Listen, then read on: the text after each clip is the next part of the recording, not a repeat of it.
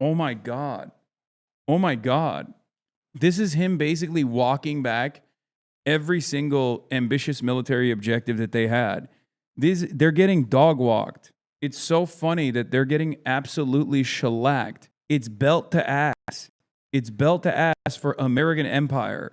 The fact that the most narcissistic man on the planet could admit to this, I mean, this is it. This is a surrender. He is totally tactically retreated.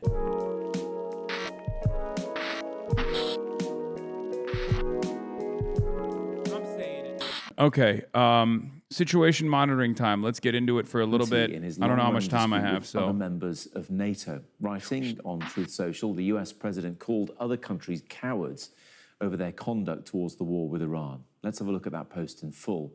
He says, without the USA, NATO is a paper tiger. They didn't want to join the fight to stop a nuclear-powered Iran.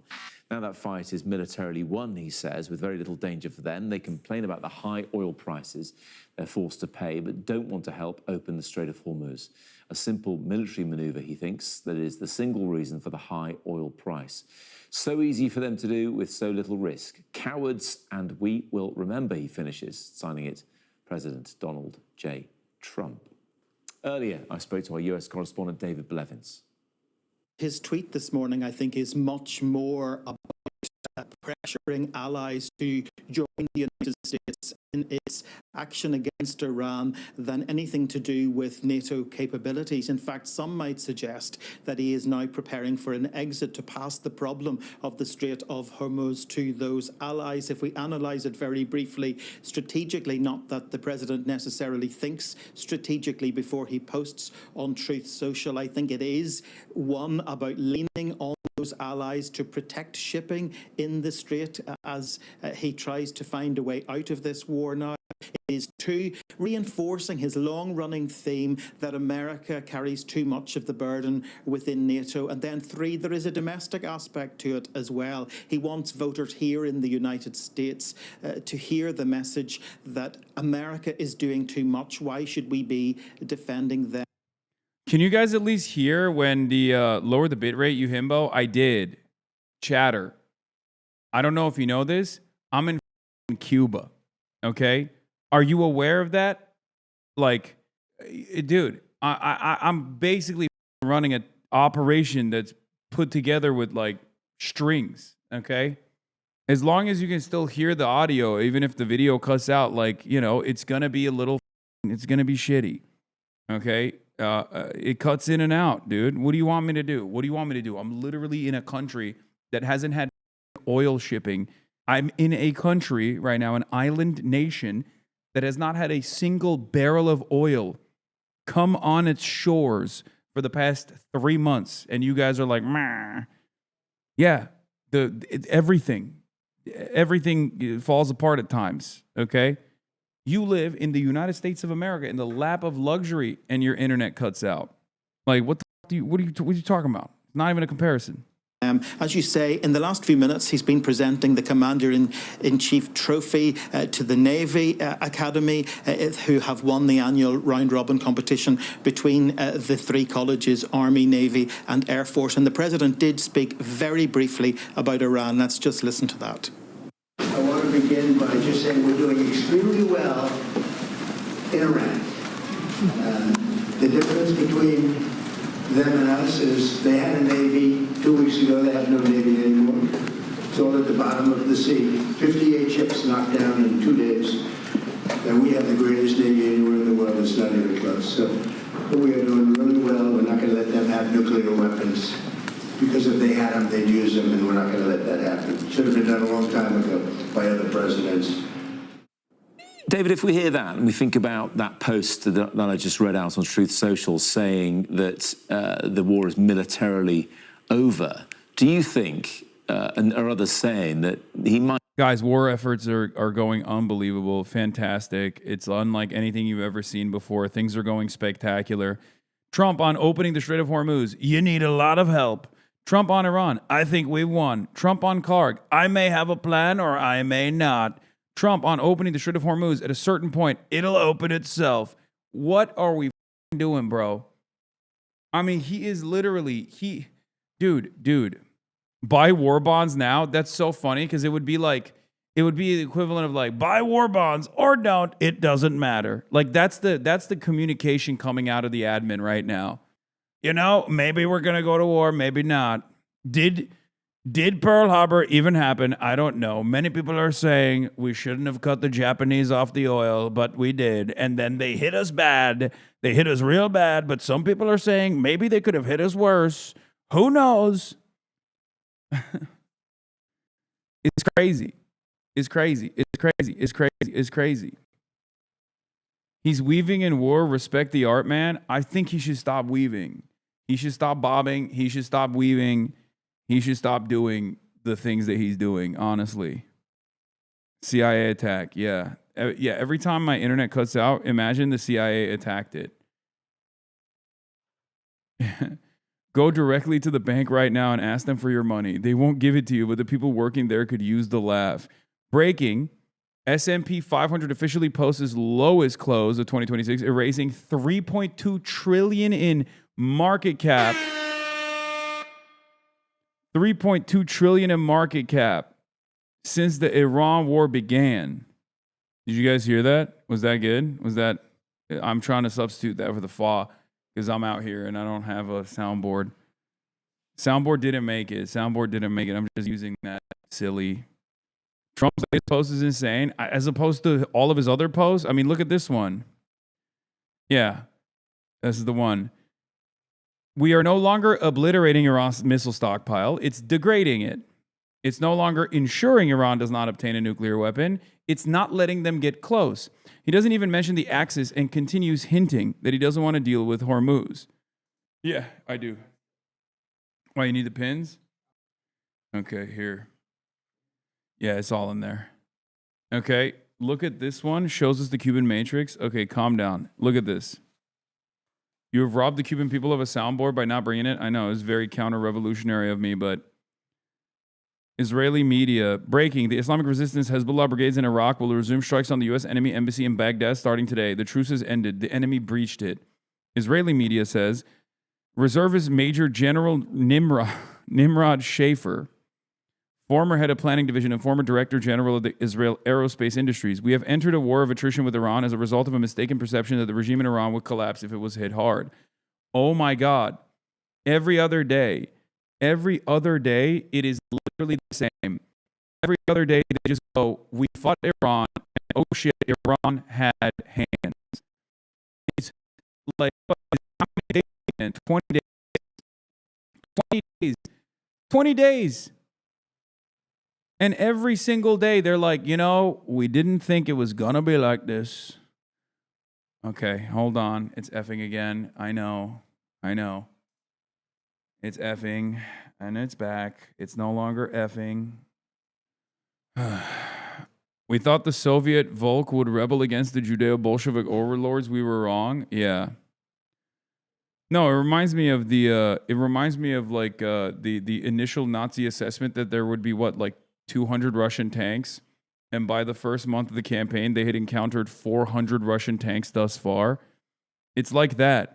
They're like, oh, we thought they had toy airplanes that they could just drop a couple missiles, not a big deal. And then they're like, oh shit, they actually have unlimited missiles. Oh my God, the missile strikes are never ending. Oh my God, this war of attrition is actually turning in Iran's favor and totally against our best interests. Because now we are running out of the interceptors. We are getting very close to meeting our objectives. We consider winding down our great military effort in the Middle East with respect to the terror regime of Iran. Bro, every time I try to read Trump, it Fs. What the hell? Every time. Okay, it's back. Every time I try to read Trump, it Fs. Okay. CIA, not today, CIA. Middle East with the terrorist regime in Iran, completely degrading Iranian missile capability, launchers, and everything else pertaining to them, destroying Iran's defense industrial base, eliminating their Navy and Air Force, including anti-aircraft weaponry. You didn't do that, though, because yesterday they blew up a F-35, never allowing Iran to even get close to nuclear capability, okay?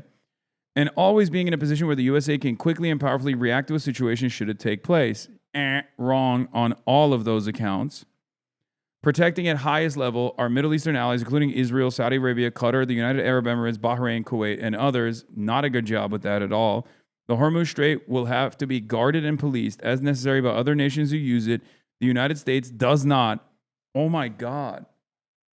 Oh my God. This is him basically walking back every single ambitious military objective that they had. They're getting dog walked. Okay? It's so funny that they're getting absolutely shellacked. It's belt to ass. It's belt to ass for American empire. And the fact that the most narcissistic man on the planet, okay, effing again, hold on. The fact that the most narcissistic man on the planet could admit to this, I mean, this is it. This is a surrender, okay? Obviously, who knows what he might do tomorrow? Who knows what he might, come up with tomorrow?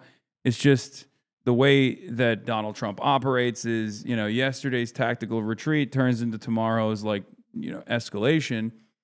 But right now, at this moment, you cannot read this as anything but surrender. Okay? They came in with a lot of ambition. They came in with a lot of bombs. And they thought they could decapitate the leadership and immediately get back to the negotiations table. Israel obviously had different ambitions, and it didn't work. Israel's ambitions are seemingly not working either. Just as I'm in Havana, oh, no. Oh, come on. Okay, it's back. Yes, it's effing, I know. Oh, God, I'm so tired. What am I doing? The Pentagon's after me. CIA's after me, boys. Let's just say he won and let us move on from it and secure an everlasting peace. I agree. Lower stream quality a bit. I already have. You're at 8 megabits? No, I'm not. I don't know why you're saying that. On my end, I'm not. On my end, my output is at 4,000 kbps. Should I change the encoder preset? Because right now it's a slow, good quality. Should I lower that too? Fastest, lowest quality. You can't change the output mode. That's the only thing you change is the bit rate. Lowering overall quality be worth it for better connection. You look 4K. Don't get Havana syndrome. Okay. How's the weather there? It's incredible. So, anyway, where were we? Oh, we were talking about the military objectives. Like, this is as close to a total defeat and surrender as you're going to get with Donald Trump, because he's never going to be like, we got defeated, right? He's an asshole. That's not how things work. And that's not how anything works, and that's not how Trump works. So obviously him spelling that they are moving in the direction of winding down the war effort is a good thing. We should all collectively decide to say, Donald Trump, you did it. You beat the shit out of Iran. You are so incredible. Thank you, sir. I think that's what we should do. We should just all keep telling him how good he did and how he doesn't even need to fight Iran anymore. Now, of course, the problem is it's kind of not up to Trump right now. It kind of is up to a much more agitated, hardliner-backed Iran. They get to set the standards and the terms. They get to dictate when it ends. You know what I mean? So, all right, effing again a little bit. Come on now. Fix it. Okay, it's back. So Iran gets to dictate when this ends. So we don't know. We don't know if Donald Trump, if Iran will let Donald Trump take the off-ramp. But here we are. United States does not. If asked, we will help these countries in their Hormuz efforts, but it shouldn't be necessary once Iran's threat is eradicated. Importantly, it will be an easy military operation for them. Thank you for your attention to this matter, President Donald J. Trump. So yeah, he is totally tactically retreated, at least in this iteration, he has totally tactically retreated from the maximalist goals that they had, knowing full well that they are impossible to achieve. And here we are. Now be seriously looking for an off-ramp with all this. Well, that is definitely one of the possibilities, that he thinks it's time for America's allies to take over the challenges. Certainly, he continues to play them down from a US perspective, saying his enemies have been obliterated, a word we're hearing a lot, that they are weeks ahead of schedule. Interestingly, also yesterday, when he was asked if the United States was preparing to put boots on the ground, he said no, terrible. Then qualified it by adding, if I was, I wouldn't tell you. Now, that's reminiscent of a comment he made on this very day 3 weeks ago when he was asked, is the United States about to start bombing Iran? And he said no, but if we were, I wouldn't tell you. In terms of that post online, though, this morning, the reality is, yes, America accounts for 60 to 70% of NATO's defence spending, but NATO is not powerless because it includes the militaries of the UK, France, Germany and Turkey, among many others. CNN has learned that the U.S. military is sending thousands of additional Marines and sailors to the Middle East. This comes just a day after President Trump said this about deploying more troops to the region. No, I'm not putting troops anywhere. If I were, I certainly wouldn't tell you, but I'm not putting troops. It also comes just hours after President Trump shared on Truth Social that the fight to stop nuclear-powered Iran is, quote, militarily won. CNN national security reporter Haley Britsky joins us now. Haley, what's the latest? What are you learning? Yeah, so this is why I said today he says, we've accomplished all of our goals. It's over. We won. And then tomorrow he's like, we're deploying 10,000 more troops, you know? And here is Araghchi, Sayed Abbas Araghchi, foreign minister of Iran, also pointing this out. Americans haven't forgotten how, even as hundreds of U.S. soldiers were dying in Vietnam, and the outcome was already clear. General William Westmoreland was flown home to reassure everyone that the war was going well and that the U.S. was, in air quotes, winning. The media haven't forgotten either. Those briefings full of fantasy from the front lines became infamous as the 5 o'clock follies. Fast forward to today, same script, different stage. Hegseth steps up, and the message is still detached from reality.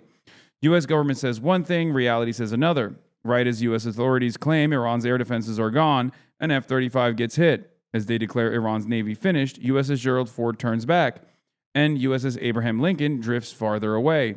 Different decade, same, we're winning. These guys are just goading them at this point. I mean, it's kind of nasty. You don't have to flex on us. Araghchi, you don't have to flex on us, man. Dial it back, brother. We get it, okay? Chill. Nobody likes a sore winner, okay? Nobody likes a sore winner, man. Chill. They're farting on us, dude.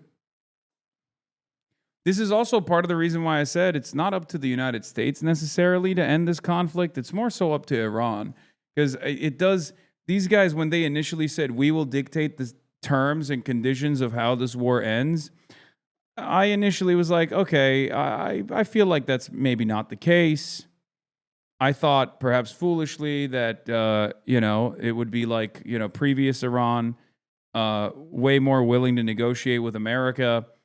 But I think they're not going to stop until they have sufficiently caused deterrence, sufficiently caused military deterrence, sufficiently caused economic collapse, put the fear of God into the capital-owning masters of Donald Trump. Because at the end of the day, Donald Trump is led by certain forces, mostly the forces of capital. So that's where we're at. First, we're learning that the 11th Marine Expeditionary Unit off the West Coast is heading towards the region now. This is the second MEU going towards the Middle East. The 31st has already left from the Pacific going towards the region. We don't quite know when it'll get there, of course, what exactly it will do. We're still asking if it will stay in the region, if the military will have 2 of these Marine Rapid Response Forces there. Certainly, it raises questions about boots on the ground options, as that's the first thing people think of when they think of these MEUs.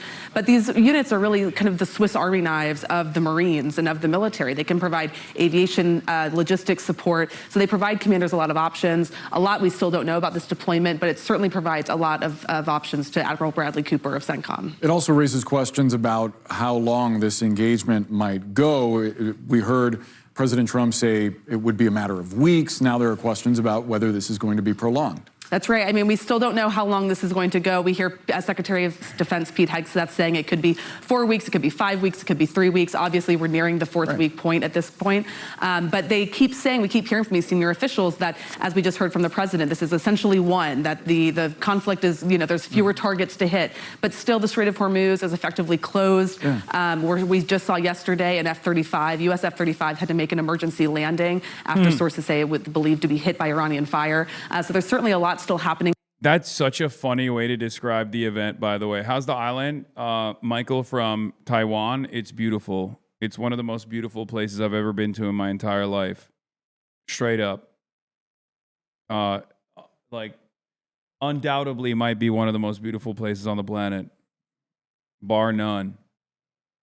Anyway, as far as this incident, as far as this F-35 thing goes, this is a major blow. This is a major blow to $2 trillion R&D equipment, like a piece of technology that's supposed to showcase American air superiority, a piece of technology that's supposed to showcase American dominance, and yet it was taken out by some kind of surface-to-air missile system that the Iranians very clearly, not even from like a fixed position, Iranians very clearly rolled out. And it is a major, major blow to American air superiority. It means that the last-gen fighter jets that they have are totally beatable. Bro, they are sending the USS Boxer and USS Tripoli. We are invading 100%. They don't break those guys out unless it's happening. Yeah, this will also be devastating for America, for the record.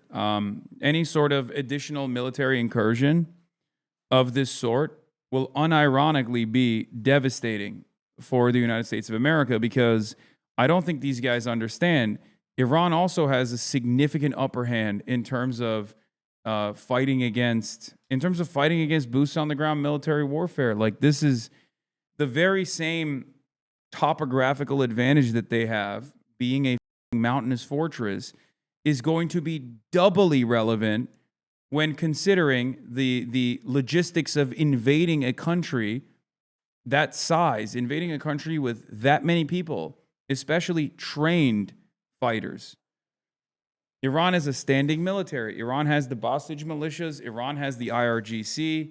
It's not Afghanistan 2.0. It's so much worse. People think it's going to be Afghanistan 2.0. The Taliban did not have any, they had manpads or stingrays, right? But they didn't have the same tools that the Iranian government has. The Taliban would not be able to successfully hold the Strait of Hormuz. You understand? I wouldn't even say, it's kind of like Vietnam, I guess. It's closer to Vietnam than it is to Afghanistan. But even then, it's not, I guess Vietnam had a lot of foreign aid as well. The USSR was there helping out quite a bit. But Vietnam was nowhere near as industrialized as Iran. And Vietnam has jungles. Iran has mountains. Vietnam got aid from Sweden. Rare social democracy win. That's goated. It's just not... It's unlike anything that you can really compare it to, and it will be a devastating quagmire. It wouldn't be a quagmire. I think saying that invading Iran with boots on the ground would be a catastrophe, and not for the Iranian military objectives. It would be a catastrophe for America. Of course, it would be catastrophic for a regular Iranian society, but it would be I think it would be a devastating defeat, perhaps even faster than Vietnam. It would completely expose that the American empire is done. I obviously don't want that to happen, mostly because I obviously don't want that to happen, mostly because I don't want unnecessary deaths and destruction. But yeah, it's a quagmire now. It would be a catastrophe tomorrow. On the ground here, and these units moving in will just provide more options for what the president decides to do next. Haley Britsky, thanks so much for that reporting. CNN's Kevin Liptak joins me from the White House. And Kevin, let me go to you first. And more Marines, like we were saying, making their way to the Middle East as administration, of course, pushes, we've been talking about, for extra funding, some $200 billion. Bring us up to date with the very latest. What do we know, first of all, about this deployment?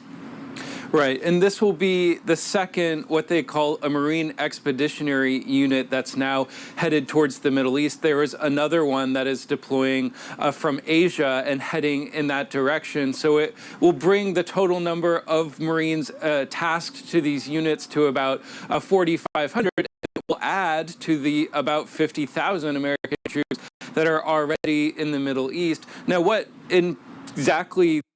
Hasanabi vindicated the supposed mobile anti-stealth surveillance radar ROGC utilized is on wheels.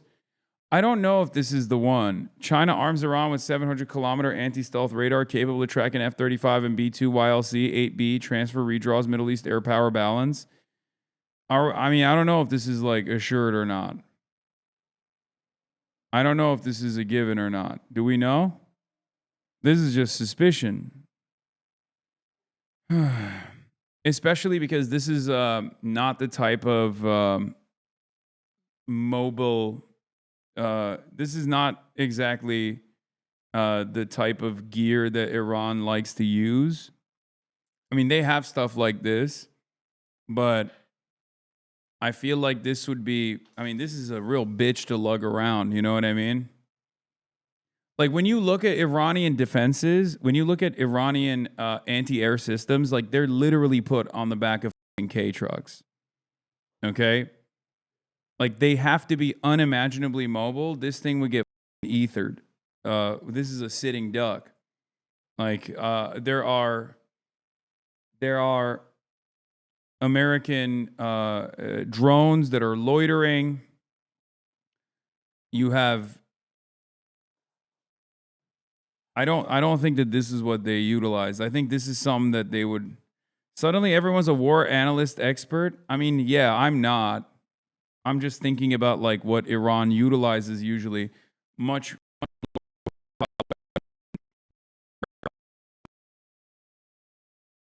some of their indigenous weapons systems, their TELs, like the way that they're designed are I mean, it's crazy.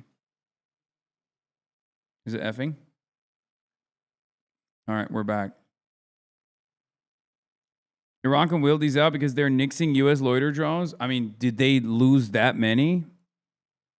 That'd be crazy. These Marines will be tasked with, it's not clear. And it comes, of course, as the president does seem to be weighing whether to order a ground operation inside Iran, whether it's to secure Karg Island, that very critical area that the administration thinks would put pressure on the Iranian regime, or to go into Iran to try and retrieve some of the highly enriched nuclear material that is buried far underground. That is certainly something.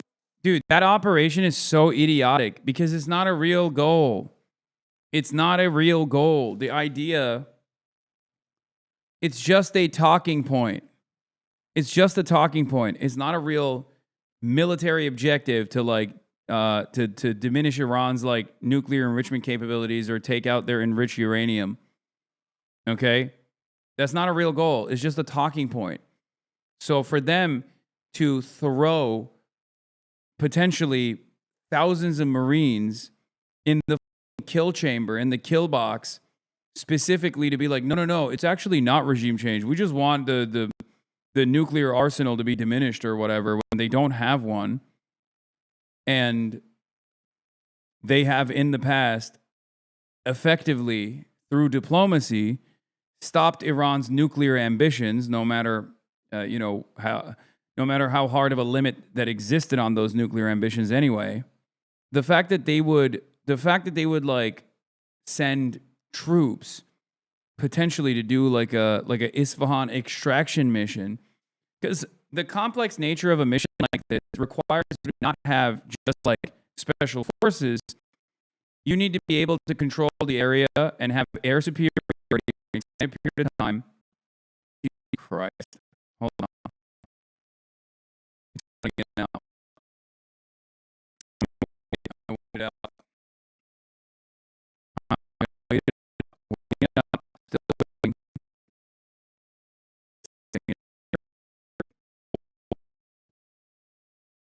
Worse. Hold. I love Israel. I love the state of Israel. I love the CIA. CIA has done nothing wrong, and Israel has done nothing wrong ever. And Israel's the greatest nation. Oh my God, it's back. It's back. Israel's the greatest nation on earth is what I said, and immediately is back. We're back. Okay, that's a cool trick for you guys. It literally worked. Anyway, where was I? Trying to degrade Iran's nuclear program directly with your military is an immensely complex mission. Okay? One, I don't think they have full schematics of what the things look like down there. Okay?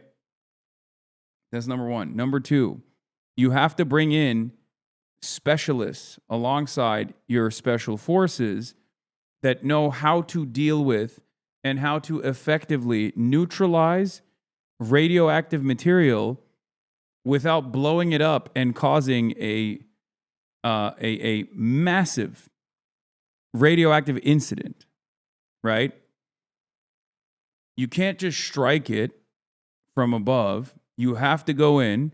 It's an admission that the bunker busters didn't work, by the way. It's an admission that the bunker busters didn't work, so you have to go in their minds, like you're gonna try to maintain air superiority. Okay? That's not a given.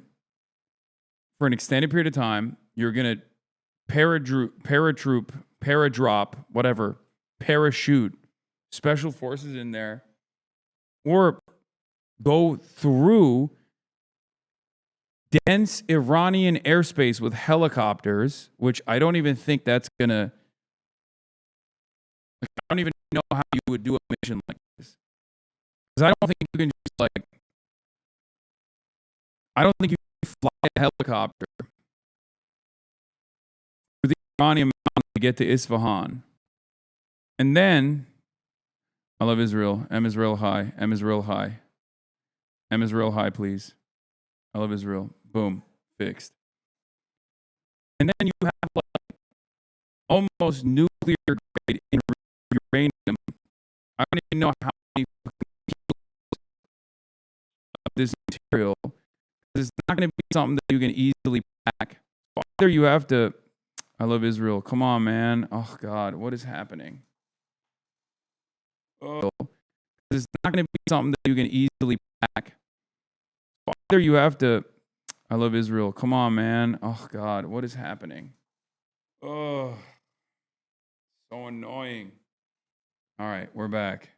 No, we're not back. I was wrong. I lied. This was a lie. Okay. Thing that those Marines could be doing, but it is not necessarily what they're going to be doing. They also have tasks like aviation support, logistics support, all of these other areas that they could potentially be ordered up to once they arrive. But it all seems to be demonstrating that the president is reinforcing the American troop posture in the region. Why is it getting so much worse? Turn your bit rate down, Big Haws. I already have. I already have. It's not that. When it cuts, you don't understand. When it cuts so low that it doesn't even matter. Going down to like 3. Here, I'll tune it down to 3K. I don't even know what that does on your end, but when the internet cuts out, I can't put this bitch on 420p without ending the stream.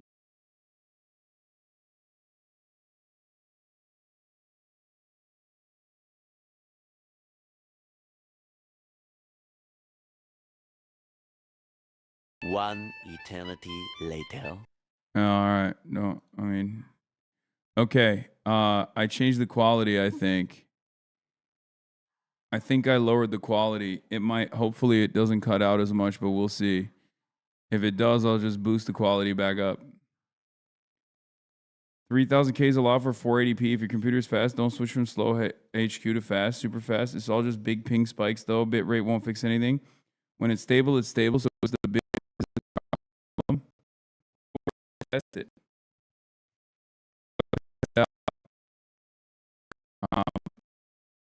It crashed instantly. No. It's when it goes out regardless. Okay, so it's not that. Yeah, that chatter is actually right. Lowering the quality unironically doesn't do much, because when the bit rate goes out, it recovered fast, but that could just be because it just recovered fast this time. Okay. Maybe it's other people on the network? No. Let's see. If you were Irish speed, this wouldn't be happening. Brother, we're in Cuba. As this war grinds on, we're about to enter the fourth week of this conflict. The president and other administration officials have said that it could last between 4 and 6 weeks. So we are, in about a week's time, nearing the window when, according to the administration's own estimates, it could be winding. Change FPS to 30. That was my biggest help. Should I do that? Okay, I'm going to do one more BRB chat, one more BRB screen, and flip it to 30 seconds. Okay.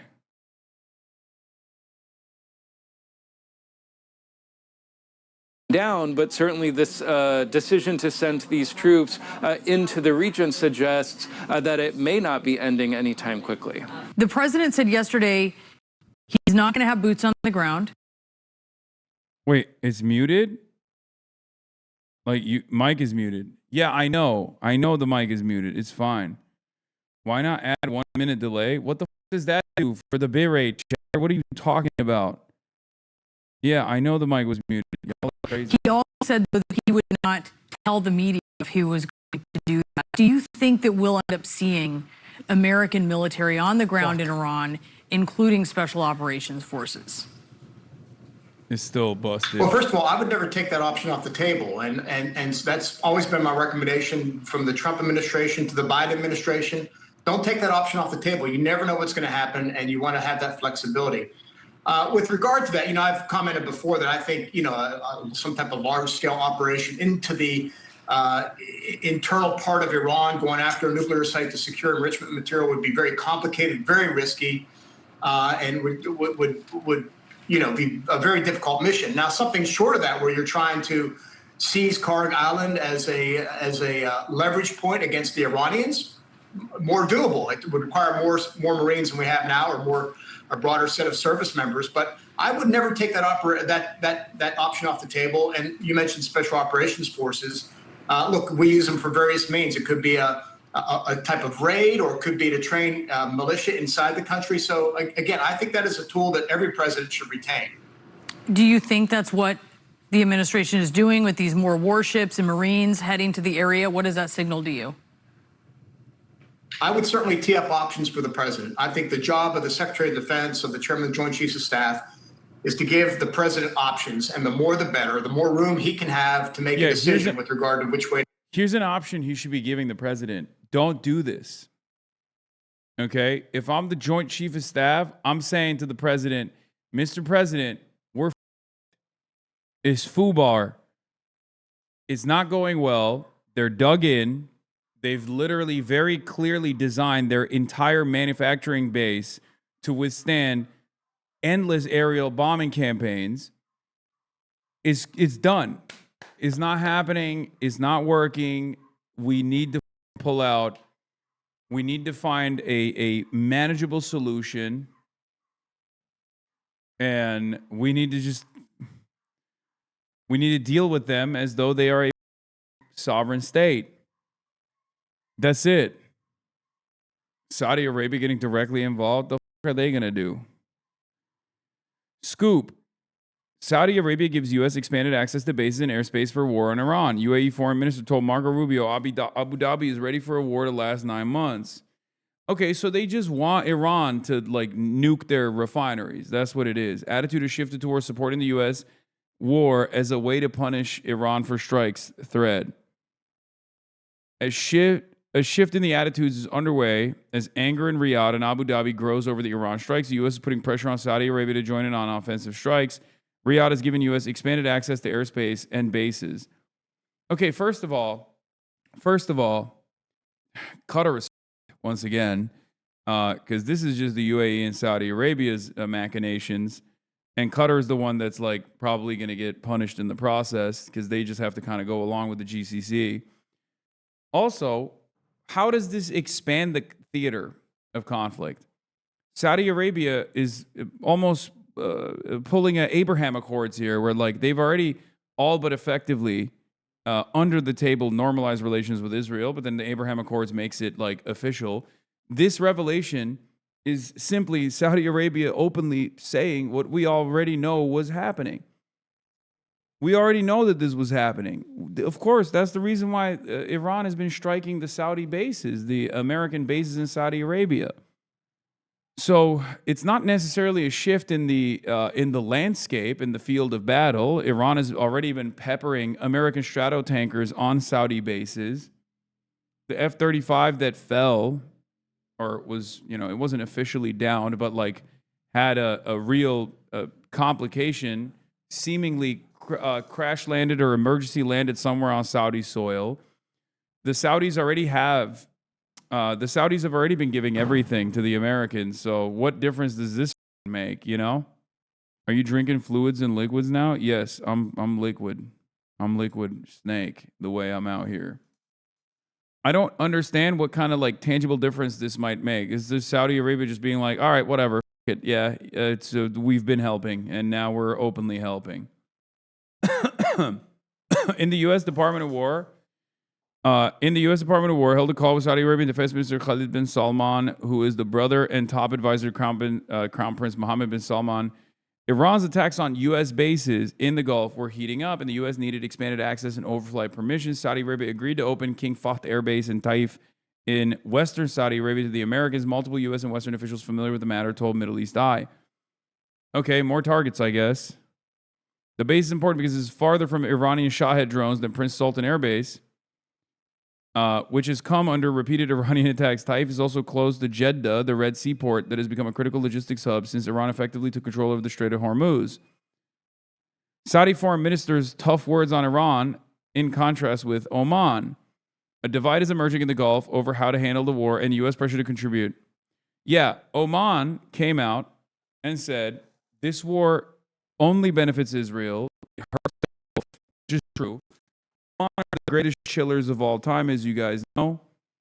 And not only are they the greatest chillers of all time, but they just have a very sober assessment of the situation where they're like, this is only beneficial to Israel. It doesn't benefit the Gulf at all. Israel doesn't give a shit if the Gulf is pummeled. Clearly, Israel doesn't care if the Gulf is pummeled. Clearly, it doesn't. They want to destabilize Iran, and God knows what that would look like if they were able to successfully destabilize this country with 93 million people in our neighborhood, by the way.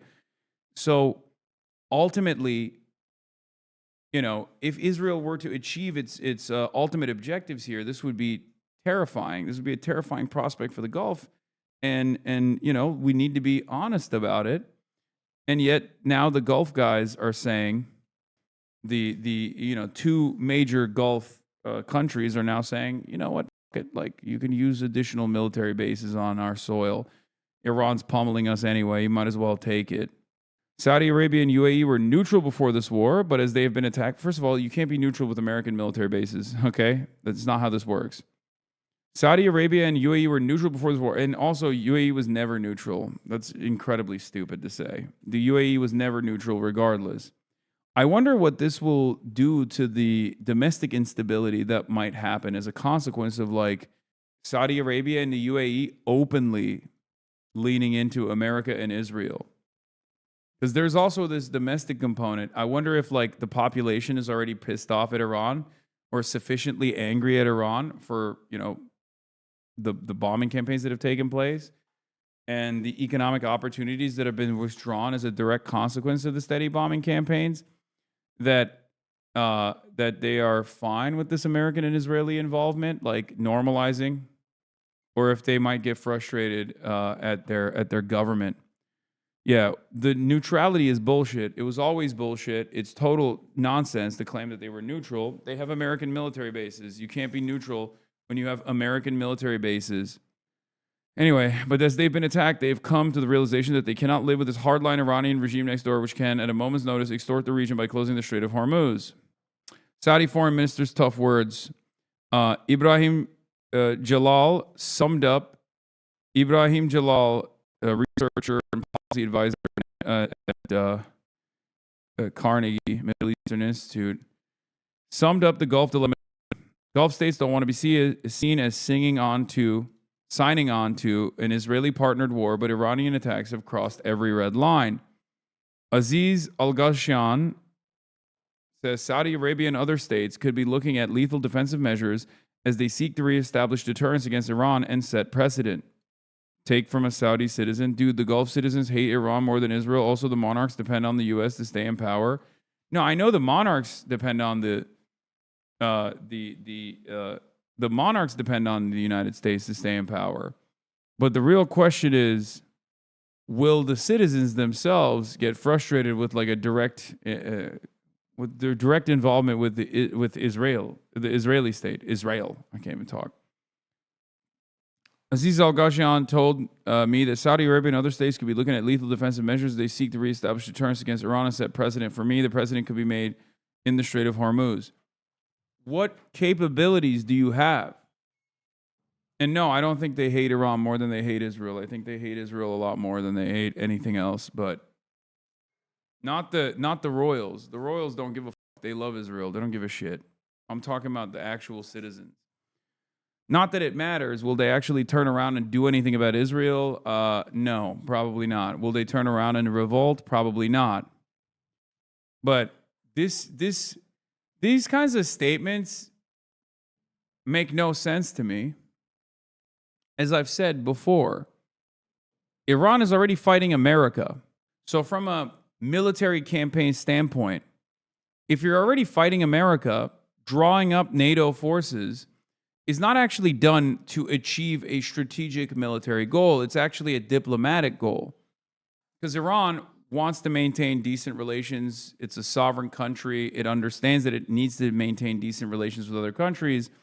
And through its command over the Strait of Hormuz, what Iran is trying to establish is bilateral treaties and negotiate with like European partners directly, and maybe even forcibly decouple European partners from America because they all have their own capital owners that have their own profit-centered interests.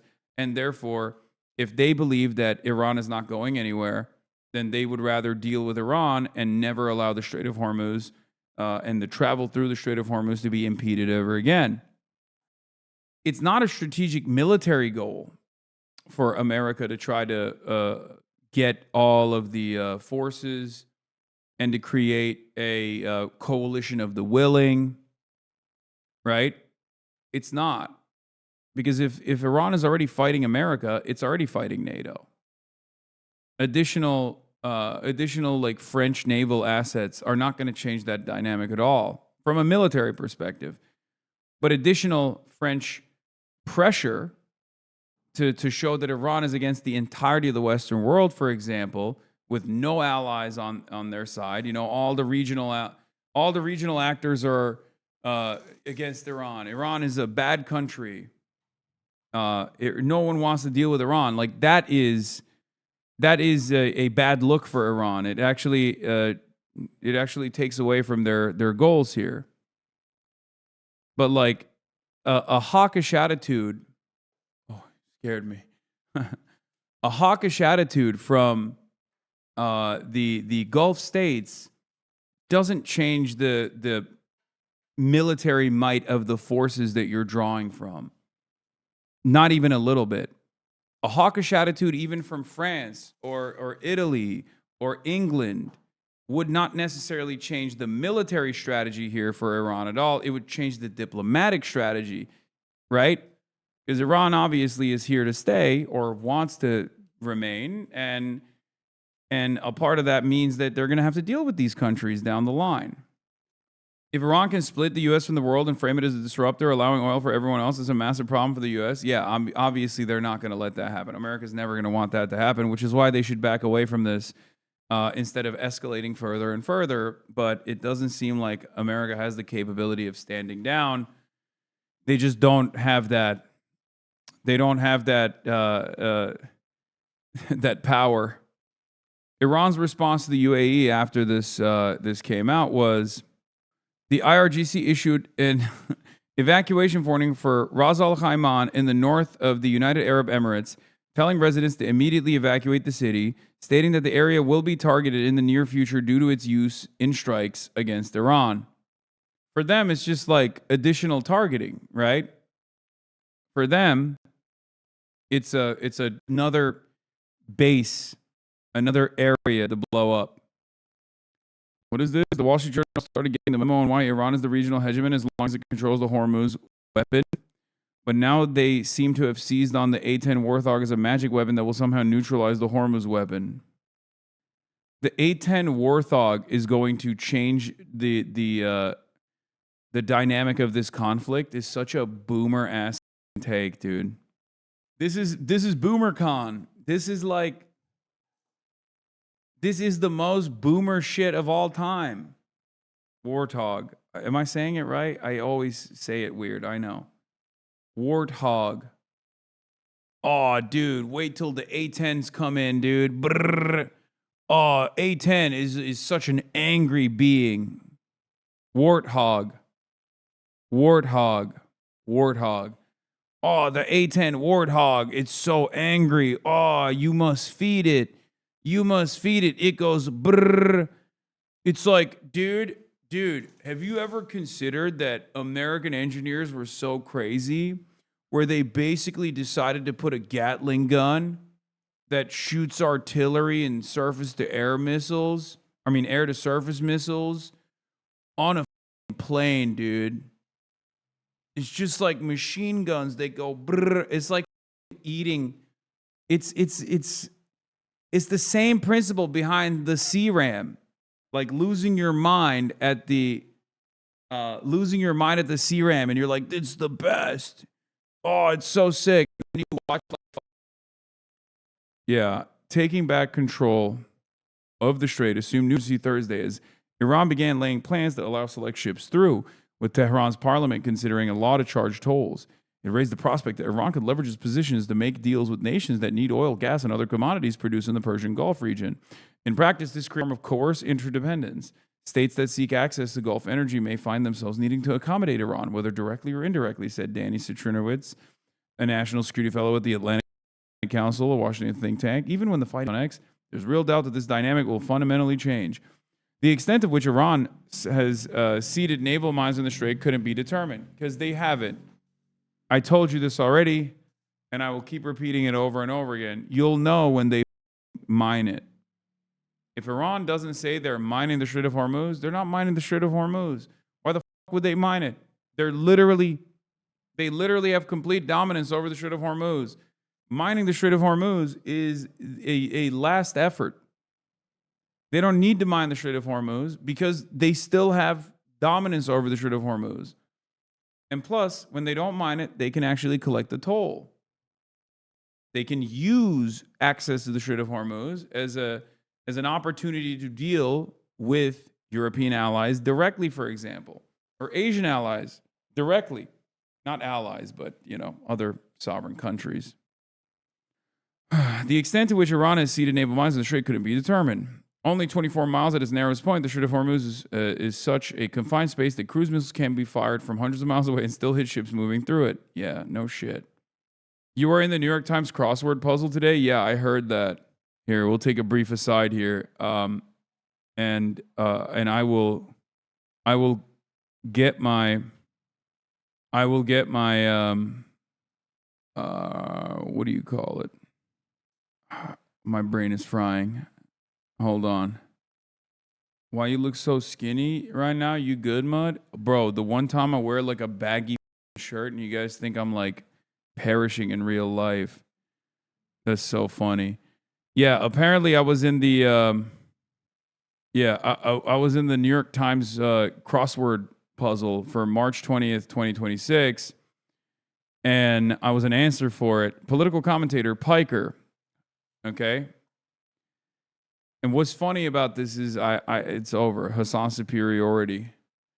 Okay. I have established aerial dominance over Mehdi and also Minhaj. It's clear. It's clear that I have been able to effectively win the war of attrition against Hasan's Mehdi and Minhaj. Dominance over Northern Lion. Yeah, PR year again. This is a funny tweet I saw as well, yes. Third Way has no choice with the boycott New York Times games. No more Wordle until a sufficiently moderate version of the game can be developed. Yeah, there's also Hasan Piker came to our party and says he got frame mocked by real celebrities. So Vanity Fair did the natural thing and called him up to talk about it. Boomers are Googling you now.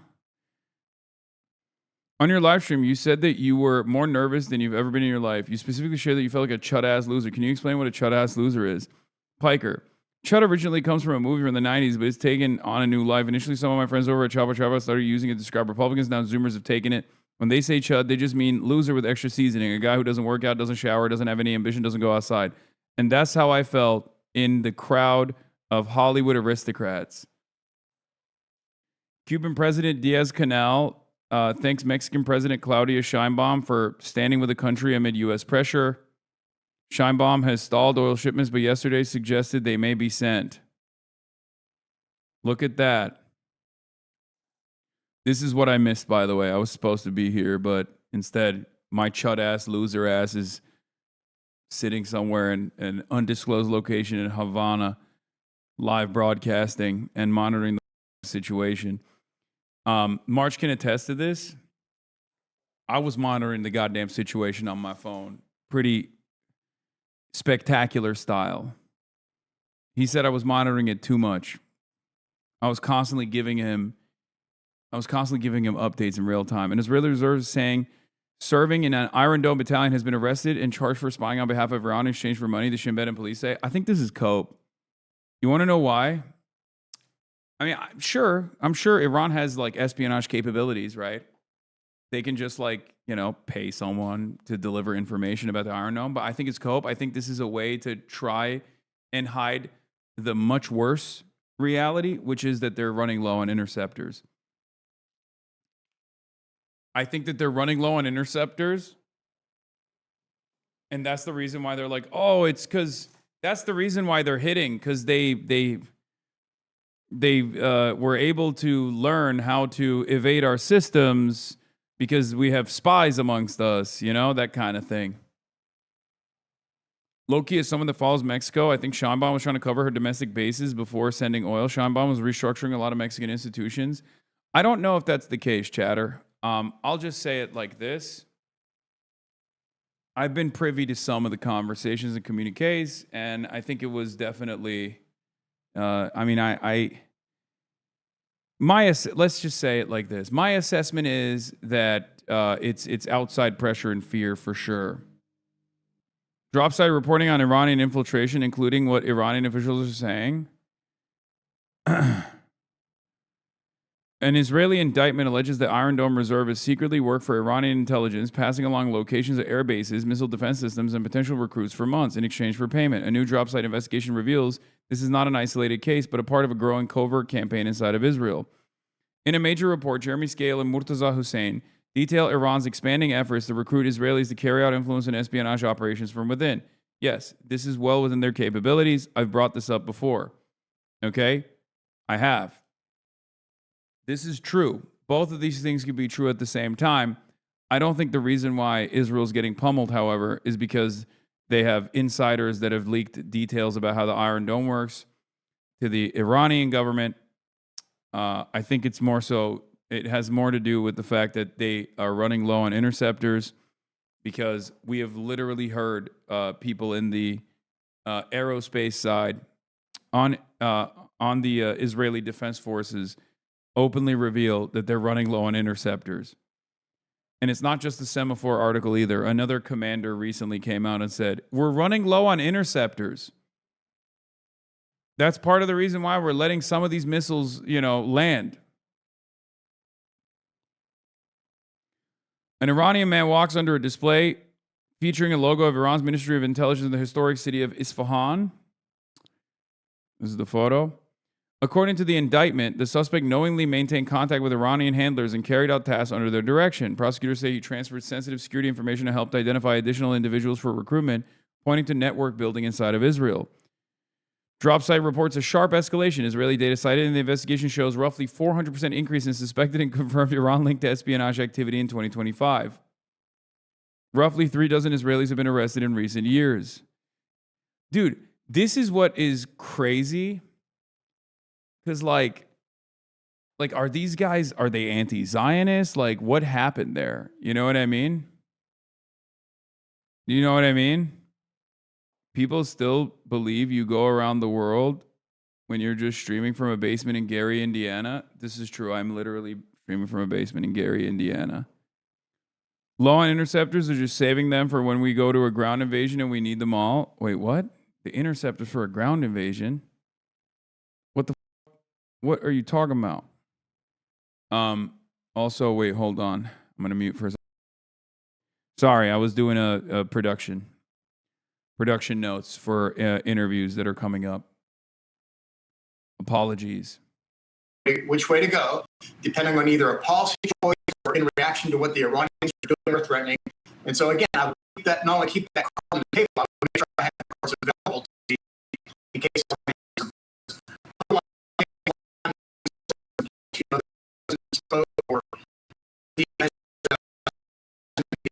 God damn it.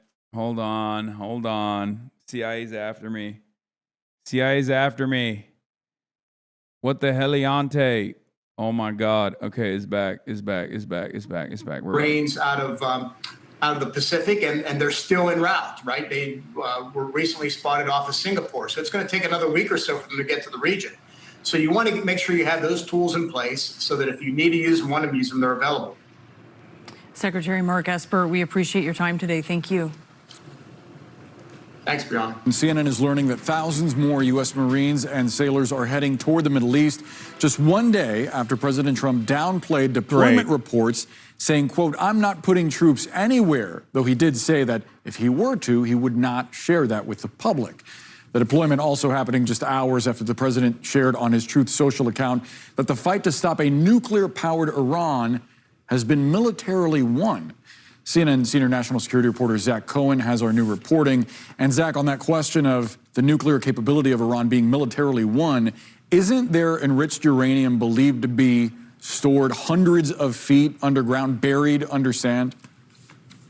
Yeah, Boris, that is certainly the understanding of the U.S. intelligence community, and it's a problem we know the Trump administration has been grappling with and weighing the possibility of using U.S. special forces potentially to try to essentially go in there and extract or destroy the uranium. Oh my God, when you got Scott Bessent writing long ass, oh my God, it is so cooked. Scott Bessent posting insane style cope, I suspect. That is wild, brother. That is crazy. Also, U.S. officials said he doesn't think Trump's post signals an imminent end to the war. He just said we are getting close. In the meantime, the U.S. military is striking hard and continuously. It'll be a couple of weeks, the official said. Bro's writing, look, once you hit the second or third paragraph, it's over. Okay? It's over. Can you please inform us more about the crisis in Cuba with the relevant historical context?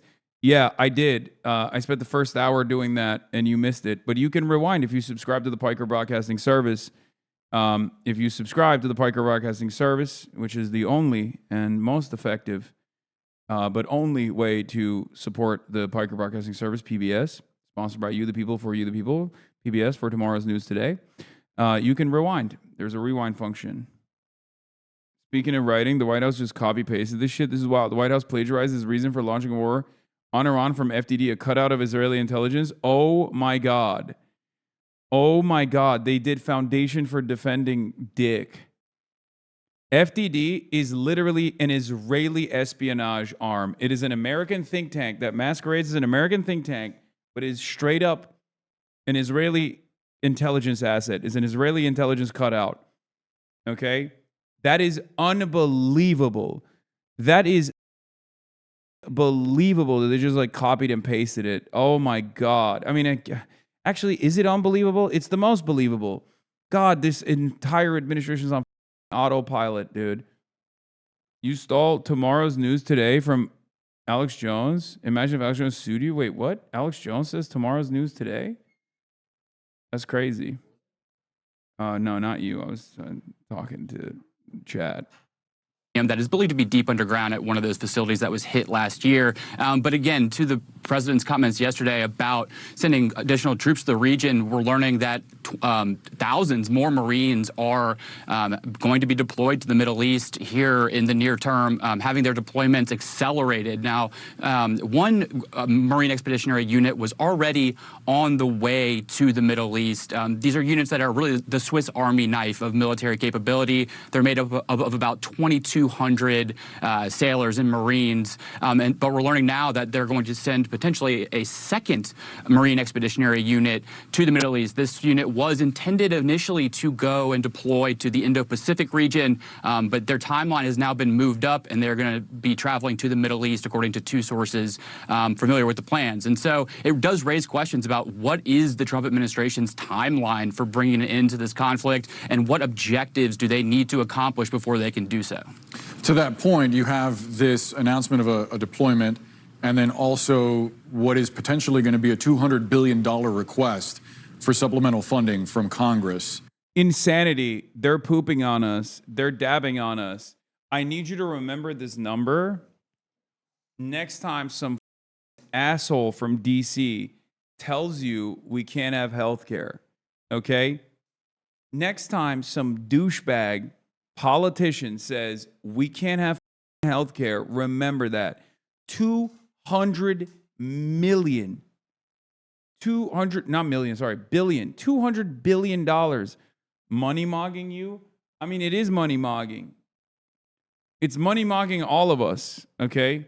It's money mogging all of us in the sense that if you were like, oh, can I have some funds, please, for the potholes down the street? They're like, no, you. If you're like, can I have some money for healthcare? They're like, no, you, yourself, kill yourself, die right now. You're broke. Die, broke boy, die. If you're like, hey, can we like, I don't know, fund education initiatives in this country so that like we can have a more competent, competitive labor force in the international marketplace? You. Unbelievable. How does the administration square that with what Trump has been saying about this coming to a close relatively quickly? Yeah, Secretary of Defense Pete Hegseth was asked about that additional request for $200 billion for the Pentagon yesterday, and he said, quote, "It takes money to kill bad guys," and that was sort of his explanation for why the Pentagon is seeking more funding when they've already spent billions of dollars over the last 4 some weeks of this conflict. We know that the first week of the military operations against Iran cost Is extra cool that he, like, you know, the people that are in charge of this entire thing are baboons too. Like, they just straight up are stupid. Yeah, war is over, but we just need another 200 billy, you know, just to like extra end it, you know? War's already over, but like we just need another 200 billy and then it's totally over. It's going to be super done, you know? roughly $11 billion, and estimates for the totality of the war so far are hovering around $20 billion. So some of this $200 billion request, as we understand it, would go towards addressing the expenditures that have... I was a planner for the Marine Corps. The size of the MAGTF being sent out there is a landing party size force to set up an expeditionary base to house a brigade, which would set up an airstrip and then a full-size invasion force. Karg already has an airstrip. The problem is, are those numbers enough to take over Karg Island And even if they were to take over Cog Island, are they large enough to be able to hold it? You have to remember, they don't have any backup. Because, like, you can't just take Cog Island. You have to take the surrounding coastline, okay? You can't just take over Cog Island. You have to take the surrounding coastline. They've already also talked too much about Cog Island. I know how these guys operate at this point. I don't think they're going to do to Cog Island. They're going to go somewhere else. I think they love doing this like idiotic bait and switch shit. So I suspect that they're not deploying to Cog Island anyway. That would be incredible if they were like literally saying for weeks on end, we're going to take over Cog Island, we're going to take over Cog Island, and then they just didn't even do that. I mean, or they ended up actually trying to do that. Sorry. There's a couple different islands. I suspect that they're going to try to take over one of them. I don't know if any of them actually have like Cog does have a landing strip on it. I think they're taking Beirut. That would be crazy. What the? They were like, just kidding. We just want more Israel. We just want to directly allow Israel to grow, to continue his Greater Israel project.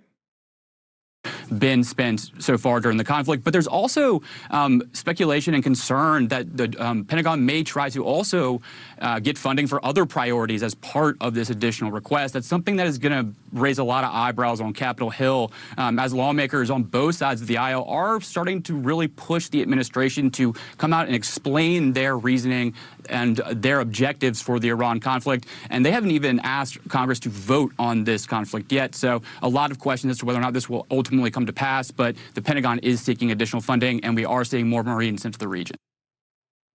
I had a 15-minute on-the-record phone call with President Trump this morning. Here's what you need to know. He said Iran was about 2 weeks away from having a nuclear bomb. He said they were planning to use it. Now, experts have said they were probably a year away. He said Trump extorts the Gulf for more money. If you want the war to continue, $5 trillion. If you wanted to stop, $2.5 trillion. Omani journalist and international affairs researcher Salam al-Jahouri on BBC Arabic confirms reports of U.S. pressure on Gulf Cooperation Council states to pay up either way. According to leaks, al-Jahouri cites Trump is demanding GCC states pay $5 trillion to sustain the war, or $2.5 trillion as a fee for stopping it, framed as payment for what has been accomplished. I don't believe this. Seems unbelievable. I just don't think this is no. That seems. I mean, it's Trump, so who knows, right? It's Trump, but also at the same time, that seems even too much for Trump, right? Am I crazy? I feel like that's a bit much. Breaking: Washington Post confirms ground invasion planning underway. Oh my lord. Oh my lord. New U.S. officials say there is planning underway to potentially deploy thousands of troops from the 82nd Airborne Division to Iran, though no final decision has been made. That's crazy. Also, I got a new laptop because the old one was getting bricked because Google Chrome is an insane eater of RAM, and it bricked again. Pizza index? Bro, what are you talking about? We've moved past the Pentagon Pizza Index. We are now at the how many crayon eaters are being deployed index. It's a totally new reality. we could leave Iran right now. Wait, what the f? That's crazy. Too much cum on the fap top? Oh, God damn it. 1 hour ago, he said we don't want a ceasefire. He's just saying shit at this point. Yeah. That's just how he does it, man. That's the goat talking. I'm going to keep using Chrome, even though it eats RAM. Crazy style. It's so crazy how much RAM it eats. It's a real RAM eater. Boy right now, what's he up to? Oh, stacks of solar panels and 30 tons of humanitarian aid heading for Cuba. My goat. He's on the water. Nah, he's not here yet. I don't even know if we're gonna actually see him here. Ironically enough, because they had a delay in their travel plans. Why do you hate your privacy and love Google? Just easy. You won't? Australia is a long sail. No, he's not. That's really funny. Yeah, he's sailing from Australia. No, I didn't take a boat.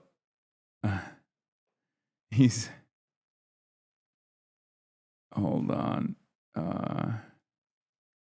We're letting Iran sell oil. Cool. Yeah, of course we are. We can't stop them. What do you mean? We need them to make up for the loss.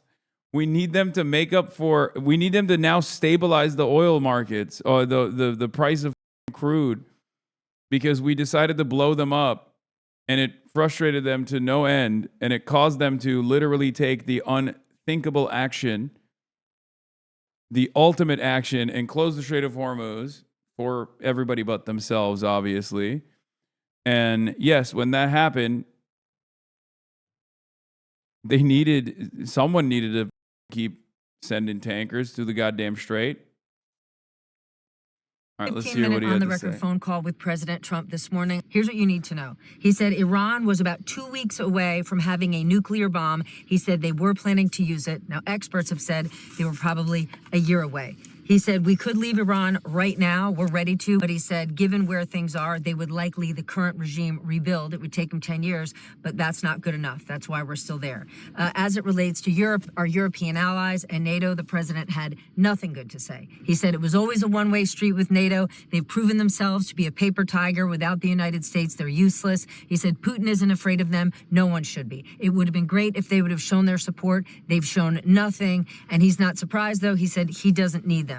He's never had anything good to say about NATO. Now he has even less. As it relates to Ukraine, I asked about Ukraine giving us support with the war in Iran. He said they've done nothing. Anything Zelensky is saying is just for PR and publicity purposes. He doesn't see anything ending soon when it comes to the conflict between Russia and Ukraine. And I would say he even expressed more trust in Putin than he does Zelensky. I asked him. There's a laser pointer? What the? Yeah, you already pointed it at me. What the is a laser pointer supposed to do? Why is there a laser pointer on it? All right. It's crazy that Zelensky it's crazy that Zelensky is just literally eating unlimited shit every day. He's like, this shit is delicious, Mr. President. And then he's like, and then the president's like, yeah, you keep eating that shit. You're gonna eat more shit even. About the upcoming Texas primary. He said, obviously, Cornyn wants his endorsement. He hasn't made a decision yet. He said all Republicans want his endorsement. He has endorsed over 400 Republicans, and he said all of his people win. We know that's not the case, but those are the president's words. He said they're not afraid to run against James Tallarico. They wanted to run against Crockett, but he thinks they're going to wipe out Tallarico. He called him a whack job. As it relates to Cuba and what we could do there, he said, wait and see, but there will be better days ahead for Cubans. Yeah, I don't believe that. I somehow don't believe that at all, that there are better days ahead for Cubans. Because when Donald Trump says it's time to negotiate, that means he's going to f shit up even further. Okay? It's kind of how Big Dog operates, as we've seen so far. Big Dog claims things are going to get better. Things only get worse. Ominous threat. Yeah, when America says help is coming, just know it's time to run, okay? Well, you can't really run anywhere. It's an island, but you know what I mean. I also gave the president the opportunity to sort of take back or revise his comments about dyslexia when going after California Governor Gavin Newsom, saying people with dyslexia are fine. He doesn't have a problem with learning disabilities, but they shouldn't be president of the United States. He didn't take any of that back. I asked him about the ball. That's crazy. Donald Trump saying that is so funny because, like, it's obvious that you know, Donald Trump is not exactly mentally sound. Which, no surprise, he said is ahead of schedule and under budget. But he said because it's going to be drone-proof and bulletproof, we're going to have everything there in the future. In inaugurations, we covered a lot more. For now, those are the highlights I thought you should know. Fantastic. Cuba is refusing a request by U.S. Embassy in Havana to import diesel fuel for its generators, calling the ask shameless. That's funny. Dude, oh my God. Breaking news. Breaking news. The U.S. to temporarily lift sanctions on oil from Iran for 30 days. Dude. Are you... Dude.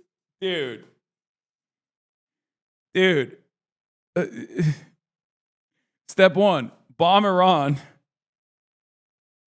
Step 2, Iran fights back spectacularly, showing the rest of the world that maybe America's a paper tiger. These guys have wanted sanctions relief for decades. And now they finally have it. And what it took was for them to literally just blow up every American asset in the region. The lesson here is, yeah, you just got to fight back against America. Will you be speaking with Jeremy Corbyn whilst you're both in Cuba? Yes. I have an interview with him tomorrow. We'll take the USS Boxer 30 days to get in theater with another MEU. Please harvest Max. I don't understand the flotilla aspect of the aid mission. If you were in Cali yesterday, you couldn't have just been in a fleet of boat. You could have been in a fleet of boats. Dude, it's not just boats, man. If you looked at the website, it was boats, it was planes. Like, it's so funny. My lessons from grade school are as valid in geopolitics as they were on the playground. Hit the bully and they'll eventually off. I mean, yeah. Hasan Reactions is one of the best ones in the React channel.